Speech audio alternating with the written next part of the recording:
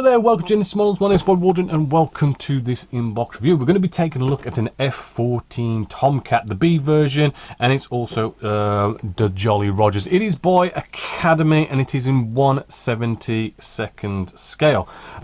This is a relatively new tool-ish. 2009 it was new tooled. As you can see, I do believe we've got two markings in here of the Jolly Rogers. It does say cartograph decals, so we know we've got some good quality decals in there. Let's just open it up and take a look at what we've got in here. So first off, let's just put this over here. We can just get out sort of like the fuselage section just here. So first bit of surface detail, let's get you in and let's have a look. Right, first off, we can sort of see actually there's quite a lot of surface detail. Right, we're talking recess rivets, recess panel lines. Right, just looking at sort of like those 90-degree angles, it looks like we're still staying consistent throughout. Right, and it does look rather crisp. Actually pretty nice, damn good detail, as you can see just there, looking pretty good. Oh, we've got a little bit of wheel well detail as well. Hopefully, as you can see there, a bit of kind of like rib work, even a little bit of maybe hoses and wires going on there. Little bit of nice detail in there. We have the bottom part, and we also have two sort of little ejector seats inside there. Right, again, nice bit of detail for you know, 1/72nd scale. You know, cool bit of detail going on with that. Oops, I just dropped that on the floor. Moving along, let's flip this over. Yes, lovely detail on the underside also. Right, looking actually really sort of consistent, very sort of crisp, really nice, well detailed surface detail. Hopefully it's nice and consistent throughout the kit. Even those 90-degree angles where it sometimes sort of fades, right, still nice and crisp. We have our air intakes just here. Again, lovely surface detail, as you can see, but there is a sort of a mold line just going straight across there. This is one of those where it's not too molds coming together. It's sort of like, you know, I think you've got maybe 3 or 4 molds coming together, and that's where you get these sort of mold lines along there. So yes, maybe a little bit of taking care of that, bit of a sanding, you can sort of feel that step, right, but still not too shabby, excuse me. Ejector pin mark inside there, don't know if that's going to be visible or not, but there is one or two going on inside there. Moving along, we have, what do we have here? We've got some canopy bits in here, as well as all our exhaust. So our exhaust sprue, we have two identical sprues there. Right, so I won't get them both out, but yes, we have our exhausts, hopefully, as you can see just there, as well as looks like to be them in different sort of open or closed positions, which is quite good. Actually very well detailed on there. And we have our air intakes, again looking well detailed. Nice kind of bit of a rib work going on inside that exhaust there as well, rather cool. Our wheels, they are not quite one piece. It does look like we have hubcaps maybe wherever they are to put on the one side, but looking quite well detailed. The rest of our seats going on here, which I'm kind of wondering if that's kind of like two types of seats, maybe different versions going on. Pull cords as well, that's looking well detailed to go on our ejector seat, so nice little bits there. Let's have a little look at our canopy here. Let's see, hopefully it's all nice and clear.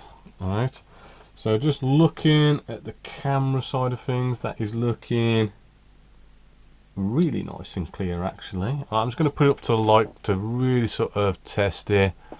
And I'm not seeing any imperfections. Really nice, crystal clear, no scratches, no scuffs from being in rubbing in the box or anything, or nasty cobweb effects. Nice, clear, good looking canopy. Moving along, we have our sort of wing sections just here. All right, so a bit of our tail section. Surface detail is still looking nice and consistent. Flip that over, looking good on that side. Instrument display panels, I mean, very sort of light detail, right, but there is detail there. You've got all the kind of the dials and stuff. Just looks very light, like doesn't look very raised as you kind of normally would see, but that might not be such a bad thing. Yes, the cockpit tub looks like you're going to put all these little pieces together to build it up. And we've got loads of these with all sorts, as you can see, loads of dials and detail on there, looking very good, definitely for a 1/72 scale.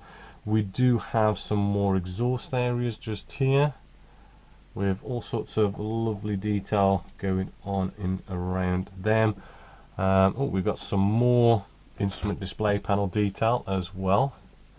Right, so we've got both the front and the back, and probably different versions by the looks of it. Right, so actually quite impressive on the detail there. Let's flip this over. We have our wings. Let's just check the surface detail. Yes, looking just nice and crisp, like the rest of the kit. Right, doesn't look like we're going to be able to have things like our flaps and ailerons and stuff like that in different poses, so you'll have to do a bit of scratch building to change your poses there if you really sort of wanted to. Looks like some wheel well doors going on just here, so let's flip this over. Yes, we have some ejector pin marks in places you probably wouldn't want them to be, but they're in a nice sort of flat area with no detail around it, so they're normally kind of a little bit easier to take care of when it's like that, right? Not when it's sort of like in the middle of loads of detail. Again, we've got some more on these doors as well, so a couple of ejector pin marks to take care of on wheel well doors, but that's not looking too bad. There is Academy in their weird sense of let's give you different colour plastic going on, but we have got the rest of, strangely, our clear parts in this bag. They kind of packaged it separately, so let's have a look. And what do we have? Looking at this, pretty good looking sort of crystal clear canopy. We do have that join line running down the middle, so that needs to be scraped off and repolished. Putting up to the light, absolutely lovely crystal clear canopy, no problems with that, which is good to know. Moving along, we have in this kind of white plastic, for some reason I am seeing our wheel well. Nice detail going on the bottom. We're seeing lots there, but the walls have none at all, but you know, it should look all right. Looks like we have air intakes here which have ejector pin marks inside them. There's about 4 altogether, so you know, if you really wanted to take care of that kind of stuff, you'd have to sand them out. We have some landing gear just here, a little bit of flash. Probably see there's a bit there, but you know, it's not too bad. I mean, it could be a bit better, but there is a little bit of flash to play around with on these bits of landing gear. Not too bad, but they do look well detailed. Have they got ejector pin marks on the landing gear as well? Doesn't look like it. Oh, I can see like one just there, but that's probably on a bit of a join line. Actually, the ejector pin marks, if there is any, they're well hidden. So yeah, not too bad going along with that. Then we have some of our front fuselage section, a bit of the nose cone area. Again, surface detail looking lovely and crisp like the rest of the model. Right, and a bit of our underside of the fuselage, again, same lovely surface detail. Quickly flip this over.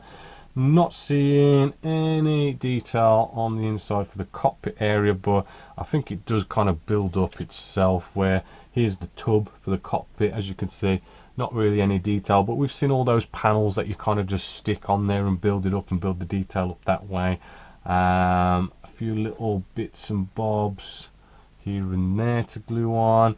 We do have like a bit of a I forget what sensor that is, but it's one of them. There you go. Yeah, looking pretty good.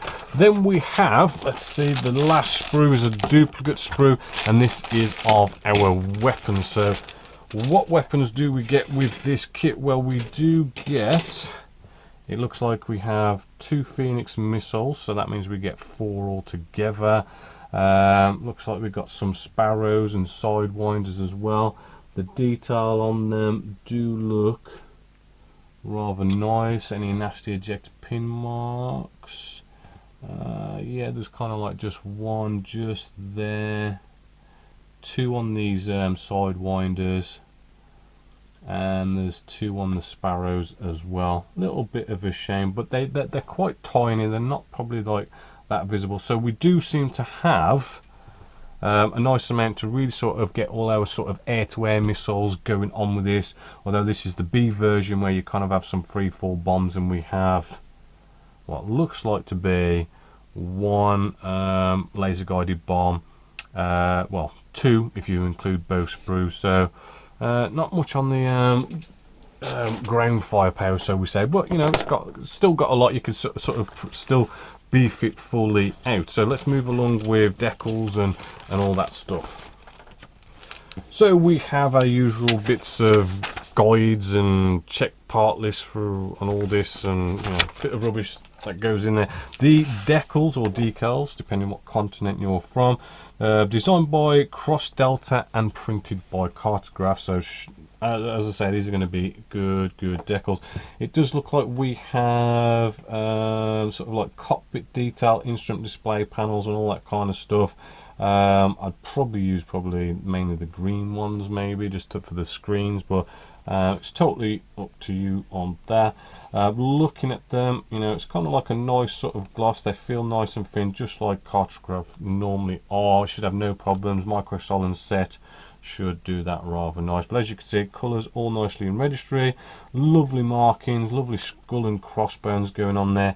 The writing is, you know, all nice and readable by the looks of it.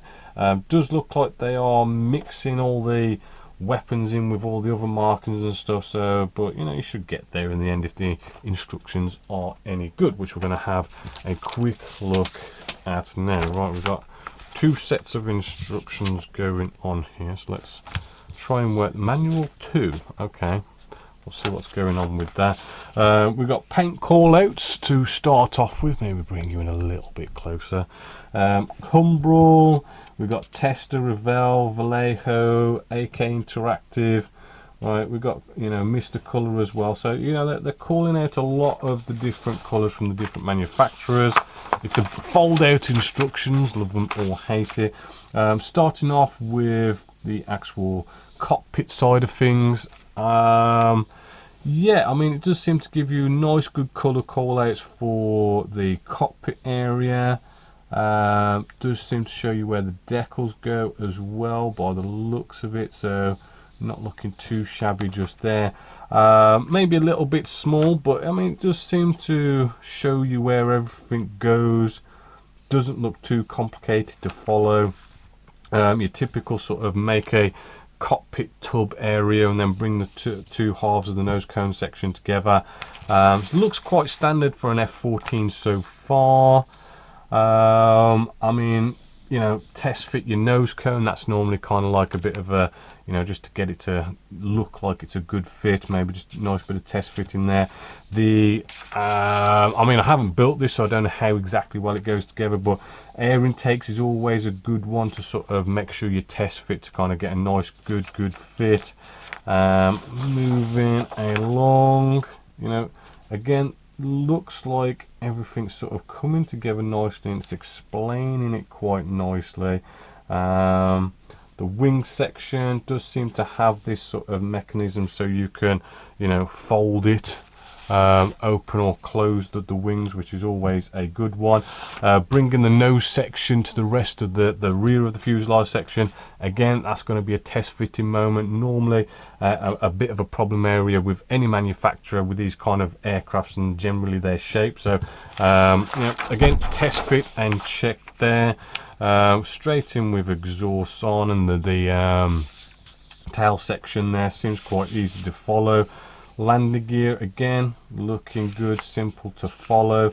As I say, I mean, your flaps and your ailerons and stuff, I mean, you're gonna have to scratch build them if you want to change the shape of them, so it's kind of like a single pose, right? But apart from that, looks quite easy to follow. Now, why is it we're going straight into a manual 2? I'm not quite sure. And where do we start exactly? Where do you want us to start? I think it's here. So manual 2, I suppose, seems to go over weapons and how they go together, where the decals and the colour call-outs by the looks of it, and where they're all gonna go.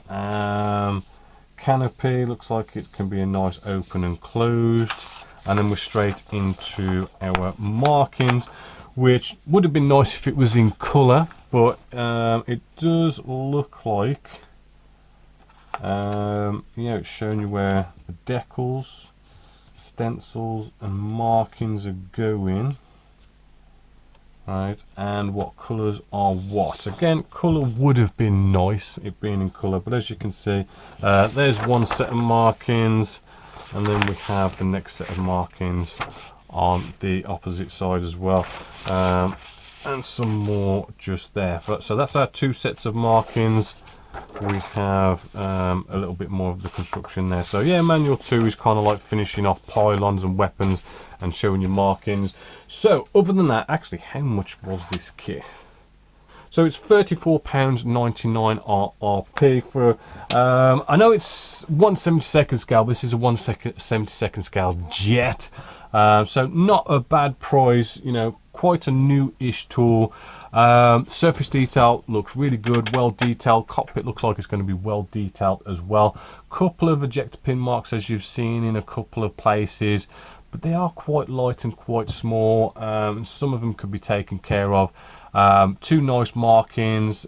What can I say? I mean, it does look like a good thumbs up and a well recommended kit here at Genesis Models. So as always, until next time, my name is Bob Waldron, this is Genesis Models, and I hope you've enjoyed.